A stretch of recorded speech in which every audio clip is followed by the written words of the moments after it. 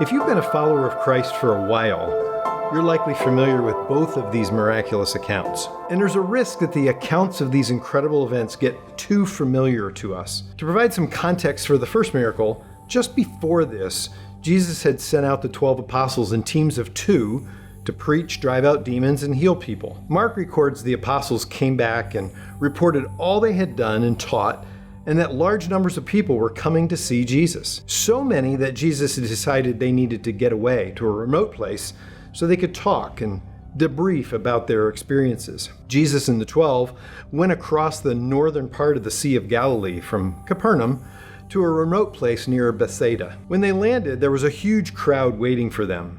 The Gospels indicated there were 5,000 men there, besides women and children.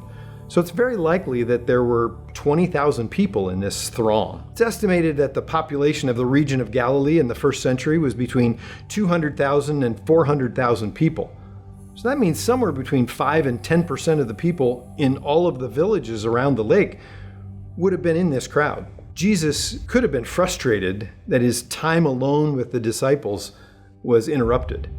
But Scripture indicates that Jesus had compassion on the people, and he spends the rest of his day teaching the people. When it was late in the day, the disciples suggested that he send the people away to buy food. But Jesus said to the disciples, "You give them something to eat." After giving reasons why that suggestion would not work, and after sharing that the 5 loaves and 2 fish that were available were not nearly enough among so many, Jesus showed them how it could be done. I can only imagine the anticipation among the disciples when Jesus directs them to have the people sit down in smaller groups. I can almost hear the disciples whispering to each other, "Watch his hands as he breaks the bread," or "How is he going to do this?" But then Jesus simply gives thanks and broke the bread. Interesting that it's the same thing he would do in the upper room before his death. It certainly appears that Jesus caused the miracle of multiplication to happen in the hands of the disciples as they handed out the pieces of fish and bread to the people. How incredible it must have been for the 12 to witness this happening as it was playing out. I can only imagine the small pieces they handed out to the first people, and then how they handed out much larger pieces once they realized what was happening and that there was going to be lots for everybody. To realize and to see it happening as the disciples were breaking off and having more left, it must have been an incredible experience for everybody there as they watched the disciples pulling off a little piece and giving it, and more was there and pulled off another piece.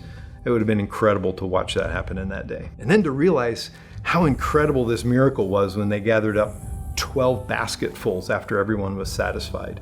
After this, Jesus sent the disciples off in the boat while he dismissed the crowd.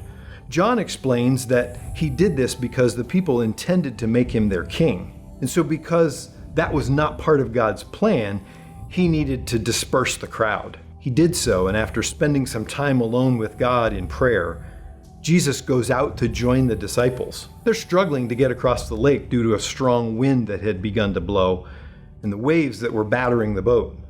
The Sea of Galilee is about 7.5 miles wide from east to west.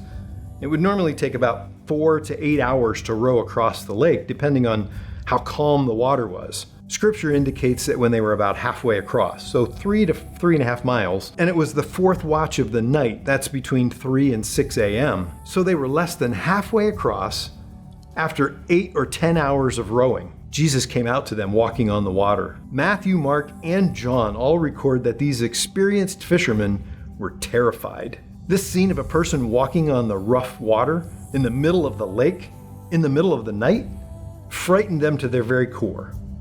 They cried out, and they thought they were seeing a ghost. Peter had jumped out of a boat thousands of times as a fisherman, but he always knew that he was in just a few feet of water. And to jump out of the boat and put his feet on the water near the shore didn't take a lot of faith.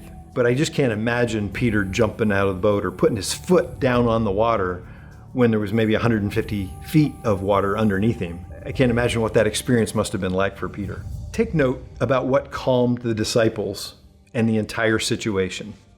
It was Jesus' voice. He spoke to them and said, "Take courage. It is I. Don't be afraid." Then he climbed into the boat, and the wind died down. They were completely amazed. Matthew records that the disciples exclaimed that Indeed, Jesus was the Son of God after this experience. Jesus is indeed God, and nothing is impossible with God. So if we're facing an impossible situation, we need to trust and lean on the God who can make the impossible possible. Also, Jesus performed these incredible miracles of multiplying a few fish and bread to feed a multitude, and of defying gravity and walking on the water. But he said this, anyone who has faith in me and will do what I have been doing, he will do even greater things than these. Don't be afraid to ask God for a miracle. It will not be you doing it. It will be God doing it. So ask. Every miracle begins with a small amount of faith. You do not have to move the mountain. You just have to believe that God is able. So the thing that struck me with both of these miracles is the fact that Jesus was revealing to his disciples and to us that he is indeed God, and it's only God that can do the miraculous.